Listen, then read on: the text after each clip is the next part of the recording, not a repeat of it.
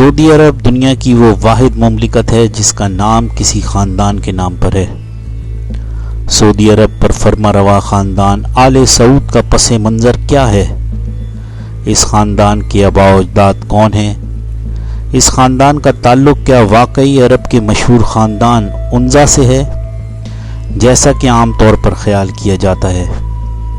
کیا آل سعود حقیقت میں عربی النسل ہیں یا یہ کسی اور خاندان سے تعلق رکھتے ہیں؟ اور کیا ان کے آباء و اجداد مسلمان تھے یا ان کا تعلق کسی دوسرے مذہب سے تھا؟ یہ وہ تمام سوالات ہیں جو تحقیق طلب ہیں۔ چنانچہ اس تحقیق کا بیڑا ہم نے اٹھایا، اور آج کی ویڈیو میں آپ یہ جانیں گے کہ واقعی آل سعود عربی النسل ہیں؟ کیا ان کا خاندان عرب کا مشہور عنزا خاندان ہے؟ اور ان کا مذہب کیا تھا؟ یہ 851 ہجری کا ذکر ہے، جب قبیلہ عنزا کی ایک شاخ آل مصالح سے تعلق رکھنے والے کچھ افراد نے ایک تجارتی کارواں تشکیل دیا، جس کا مقصد عراق سے غذائی اجناس خرید کر انہیں نجد لانا تھا۔ اس قافلے کا سالار سامی بن مسلول تھا۔ اس قافلے کا گزر جب بصرہ کے بازار سے ہوا تو قافلے کے کچھ لوگوں نے اشیاء خورد و نوش خریدنے کے لیے بصرہ کے بازار کا رخ کیا۔ وہاں وہ ایک تاجر کے پاس پہنچے۔ یہ تاجر یہودی تھا۔ اس کا نام مردخائی بن ابراہیم بن موسیٰ تھا۔ خرید و فروخت کے دوران اس تاجر نے ان لوگوں سے پوچھا کہ آپ کا تعلق کہاں سے ہے؟ انہوں نے جواب دیا کہ ان کا تعلق عنزا قبیلے کی شاخ المصالح سے ہے۔ یہ نام سننا تھا کہ یہودی کھڑا ہوا اور وہ ان میں سے ہر فرد سے بڑے تپاک سے گلے ملا۔ اس نے بتایا کہ وہ خود اس قبیلے کی شاخ سے تعلق رکھتا ہے، لیکن اپنے والد کے عنزا قبیلے کے بعض افراد سے خاندانی جھگڑے کی وجہ سے اس نے بصرہ میں آ کر رہائش اختیار کر لی۔ اس نے اپنے خادموں کو حکم دیا کہ قافلے والوں کے تمام اونٹوں پر گندم، کھجور اور چاول کی بوریاں لاد دی جائیں۔ یہودی تاجر کے اس رویے نے قافلے والوں کو حیران کر دیا۔ وہ انتہائی خوش ہوئے کہ عراق میں ان کے ایک خاندان کا فرد مل گیا ہے جو ان کے رزق کا وسیلہ ہے۔ انہوں نے اس کی ہر بات پر منوان یقین کر لیا۔ اگرچہ وہ تاجر یہودی تھا، لیکن چونکہ المصالح قبیلے کے لوگوں کو اناج کی شدید ضرورت تھی، لہذا انہوں نے اس کی مہمان نوازی کو اپنے لیے غنیمت جانا۔ جب قافلہ اپنی واپسی کا رخت سفر باندھ رہا تھا تو اس نے اہل قافلہ سے درخواست کی کہ اگر اسے بھی اپنے ہمراہ لے چلیں تو یہ اس کے لیے بڑی خوش بختی ہوگی، کیونکہ اس کی عرصہ دراز سے خواہش ہے کہ وہ اپنے آباء و اجداد کے وطن کو دیکھے۔ چنانچہ نجد پہنچ کر اس نے لوگوں سے راہ و رسم بڑھانا شروع کر دی اور کئی افراد کو اپنی چرب زبانی کی بنا پر اپنے حلقۂ اثر میں لانے میں کامیاب ہو گیا، لیکن غیر متوقع طور پر اسے وہاں القسیم سے تعلق رکھنے والے ایک مذہبی رہنما شیخ صالح السلمان عبداللہ کی مخالفت کا سامنا کرنا پڑا۔ اس مذہبی عالم کی تبلیغ کا دائرہ نجد، یمن اور حجاز تک پھیلا ہوا تھا۔ یہودی کو اس شخص کی مخالفت کی وجہ سے مجبوراً یہ علاقہ چھوڑنا پڑا اور وہ القسیم سے الاحسا آ گیا۔ یہاں آ کر اس نے اپنا نام تبدیل کر دیا اور مردخائی سے مردخان بن ابراہیم بن موسیٰ بن گیا۔ وہ یہاں سے القطیف کے قریب ایک علاقہ دریا میں قیام پذیر ہوا۔ یہاں اس نے مقامی باشندوں میں اپنا اثر و رسوخ بڑھانے کے لیے ایک من گھڑت کہانی کا سہارا لیا۔ کہانی یہ تھی کہ رسول اللہ صلی اللہ علیہ وآلہ وسلم کے زمانے میں مسلمانوں اور کفار کے مابین لڑی جانے والی جنگ احد میں ایک کافر کے ہاتھ رسول پاک صلی اللہ علیہ وآلہ وسلم کی ڈھال لگ گئی تھی۔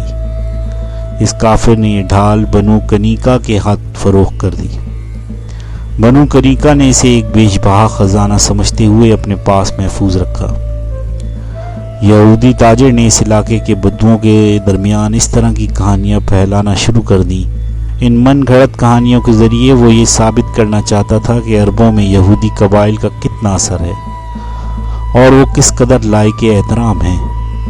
اس نے اس طریقے سے عرب دیہاتیوں، خانہ بدوشوں، بدو قبائل اور سادہ لو افراد میں اپنا ایک مقام و مرتبہ بنا لیا۔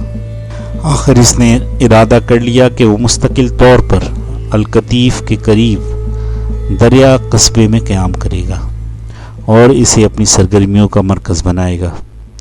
اس کے خیال میں یہ علاقہ عرب میں بڑی یہودی سلطنت کے قیام کے لیے راہ ہموار کرے گا۔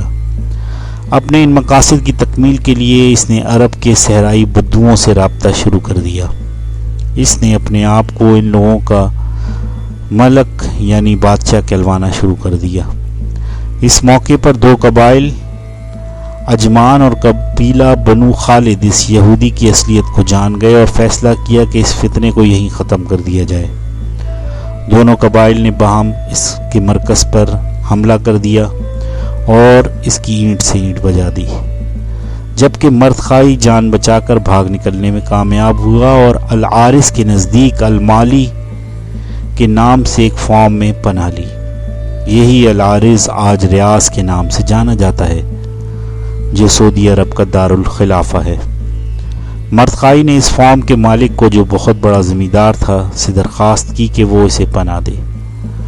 فارم کا مالک اتنا مہمان نواز تھا کہ اس نے مردخائی کی درخواست قبول کر لی اور اسے اپنے یہاں پناہ دی، لیکن مردخائی کو اپنے میزبان کے پاس ٹھہرے ہوئے 1 ماہ ہی گزرا تھا کہ اس نے اپنے محسن اور اس کے اہل خانہ کو قتل کر دیا اور بہانہ یہ کیا کہ ان تمام کو چوروں کے ایک گروہ نے قتل کیا ہے۔ اس کے ساتھ اس نے یہ دعویٰ بھی کیا کہ اس افسوسناک واقعے سے قبل اس نے زمیندار سے اس کی تمام جائیداد خرید دی تھی، لہٰذا اب اس کا حق بنتا ہے کہ وہ یہاں ایک بڑے زمیندار کی حیثیت سے رہے۔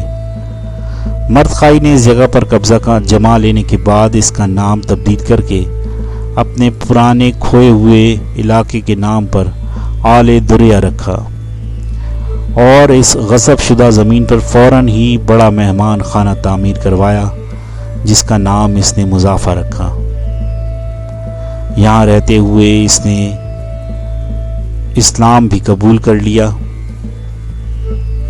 اور آہستہ آہستہ اپنی مریدین کا ایک حلقہ بنا لیا، جنہوں نے لوگوں کے درمیان یہ غلط طور پر مشہور کرنا شروع کر دیا کہ مردخائی ایک مشہور عرب شیخ ہے۔ کچھ عرصے بعد اس نے اپنے اصل دشمن شیخ صالح سلمان عبداللہ کو ایک منصوبے کے تحت قصبہ آل زلفی کی مسجد میں قتل کروا دیا۔ اس اقدام کے بعد وہ ہر طرف سے مطمئن ہو گیا اور دریا کو اپنا مستقل ٹھکانہ بنا لیا۔ دریا میں اس نے کئی شادیاں کی، جس کے نتیجے میں وہ درجنوں بچوں کا باپ بنا۔ اس نے اپنے تمام بیٹے بیٹیوں کے نام خالص عرب ناموں پر رکھے۔ یہودی جو اب مسلمان ہو چکا تھا، مردخائی کی ایک اولاد کے ایک بڑے عرب خاندان کی شکل اختیار کر گئی۔ اس خاندان کے لوگوں نے مردخائی کی نقش قدم پر چلتے ہوئے غیر قانونی طریقوں سے لوگوں کی زمینیں ہتھیانا شروع کر دیں اور ان کے فارمز پر قبضہ کرنا شروع کر دیا۔ اب یہ اس قدر طاقتور ہو گئے کہ جو کوئی بھی ان کی شرنگیریوں کے خلاف آواز اٹھاتا اسے قتل کروا دیتے۔ یہ اپنے مخالف کو زیر کرنے کے لیے ہر حربہ استعمال کرتے۔ اپنے اثر و رسوخ کو مزید بڑھانے کے لیے انہوں نے رابعہ، عنزہ اور المسالیق جیسے مشہور عرب قبائل کو اپنی بیٹیاں دیں۔ مردخائی کے لاتعداد بیٹوں میں سے ایک بیٹے کا نام المقارن تھا۔ المقارن کے ہاں پہلا بیٹا پیدا ہوا جس کا نام محمد رکھا گیا۔ محمد کے بعد القارن کے ہاں اس کے دوسرے بیٹے نے جنم لیا جس کا نام سعود رکھا گیا۔ یہی مردخائی کے اس بیٹے کی نسل بعد میں آل سعود کہلائی۔